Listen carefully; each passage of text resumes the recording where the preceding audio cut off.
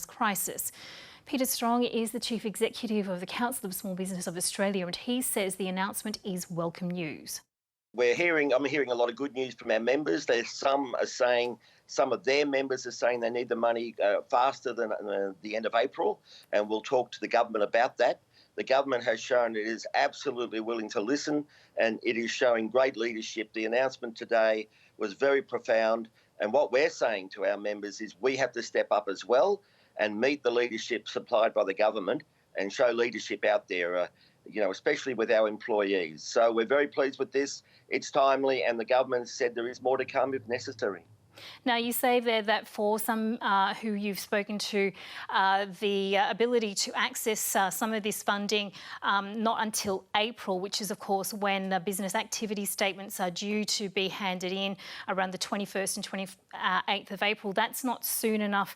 What's the scale of the pressure, the possibility that businesses won't be able to keep functioning, small businesses in particular being such an important part of our Australian economy? What's the sense there of those businesses who may not be able to meet that deadline in time to keep functioning? Nobody has figures out there. We know that in hospitality and those involved in event planning, of course, they're really struggling. Some of them will close, not open. Some have closed already. Some have gone bankrupt already. This package is about the rest of the people that are still there, that have some money coming in, that have staff to talk to. So, as I say, we've got a briefing with Treasury this afternoon at 3 o'clock, and we'll be talking to them then about, is there something we can do for those who are desperate now to get that money to keep their people employed. Otherwise, those businesses will have to make the hard decisions. They will have to stand people down. And so we're very pleased to see the doubling of new staff. That means when you look at your staff and you say, I'm sorry, I can't keep you on, you know the welfare system has stepped up. You know that they can go and get a much better amount of money. So it's a very hard time we live in. Businesses have got to do the right thing, but they've got to make sure that at the end of all this, they can reopen and they can employ those people again. So if this isn't enough for businesses now, what is needed right now for those businesses who may not make it through the next few weeks until April? It's straight away, it's a cash income. So if they can access their superannuation, that $10,000 quickly, then they can. We're going to talk to the banks as well and see if they're in dire situations, are they able to get some quick money as part of a loan? And get that out to them within a few days. That's what we're looking at. I've got to say, each business that's in that situation should be ringing their bank right now and talking to them and asking them what they can do. The banks are bending over backwards to help small business, have no doubt. A national lockdown to slow the rapid spread of coronavirus has been strengthened in Italy. Nearly 800 people have died in the country in the past 24 hours, bringing the total death toll to almost 5,000. No children, just empty playgrounds in Rome's largest park. Even tougher rules that have come into force today say people can't go into them to try and curb the outbreak. Here for several weeks, schools have already been closed. The only noises that you can hear are the bells, the church bells, which is nice, but the other noise is the ambulances. That's all, the only two noises that you hear. In Lombardy, the worst affected region, teachers say some children felt lost without social contact, but virtual lessons are helping. To begin with, they were scared, I think, of their reality being taken away from them.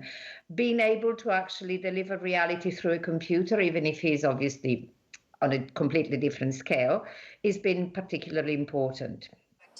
Aurelio, how do you feel about the coronavirus? Thumbs down? Yeah. Thumbs down. One parent in Rome tells us she's worried about the psychological impact the outbreak will have on the young. He's having a little bit of nightmares, though. He's having nightmares? Yeah. I don't know if it's connected, but he's having nightmares about spiders most nights. He says he's not worried because he's brave. You're brave. Well, that's fantastic. You seem very brave and you look very brave. Nobody has lived through times like this before. The spaces may be smaller, but as ever, everybody is learning to adapt. The number of virus-related deaths in the UK are also continuing to climb. England has reported 53 more deaths, bringing the total number to 220. There have also been 2 more deaths in Wales and another 7 in Scotland. Yesterday, pubs, cafes and restaurants were forced to close, leaving busy cities empty. The government has urged people to stop hoarding food, with panic buying putting further pressure on healthcare workers. I'm a critical care nurse. I've just finished 48 hours of work. I just wanted to get some stuff in for the next 48 hours. There's no fruit, there's no vegetables. I just don't know how I'm supposed to stay healthy. And nurse people and people are just stripping the shelves of basic foods. You just need to stop it. Because it's people like me that are going to be looking after you when you're at your lowest. And just stop it, please. The United States has been plunged further into paralysis as more authorities shut down normal life in a bid to stem the spread of the coronavirus and conserve medical equipment. 45 states have closed schools, and strict new measures in New York, California and Illinois mean roughly 1 in 5 Americans has been ordered to stay home. North America correspondent James Glenday tells us what the situation is like in Washington. The measures here aren't as strict as other parts of the country, but the message is please stay home as much as you can. The thing right now, authorities have been for a long time, they've been very, very worried about a lack of testing, but now they're also worried about a lack of personal protective medical equipment for doctors and nurses in particular.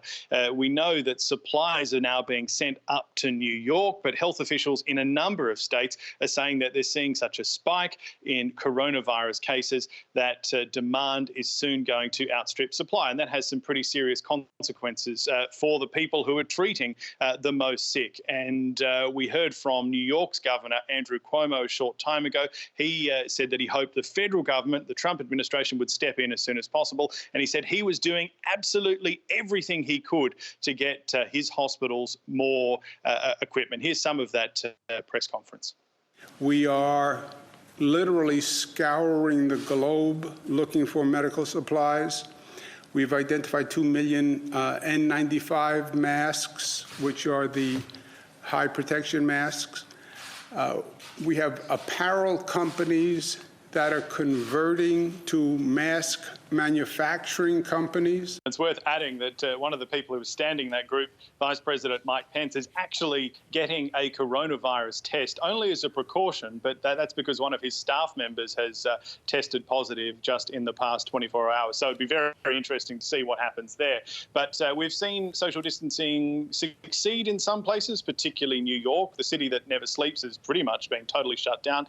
In other parts of the country, it hasn't been quite as successful. In Florida, for example, people have been piling onto beaches, and today it's been announced that the hotels in the region are going to close in a bid to get all the people who are partying down there on spring break out of Florida, to try to enforce a bit more distance between people. But we've also seen some kind of unusual ideas come to fore. This morning in Maryland, not far from where I am, a priest held confession, drive-through confession, where he was a couple of metres away from the cars, and quite a lot of people lined up to go through. We've also seen a little bit of a resurgence in a couple of places of drive-through theatres as well. They used to be in fashion, and certainly down in Texas, a couple are coming back into fashion as well. So there's a sort of interesting different stories about how people are managing to pass the time, but a lot of them are doing what I'm doing right now and staying put in their homes and trying to get on and do their jobs as best they can. Singapore has reported 2 COVID-19 deaths, the first in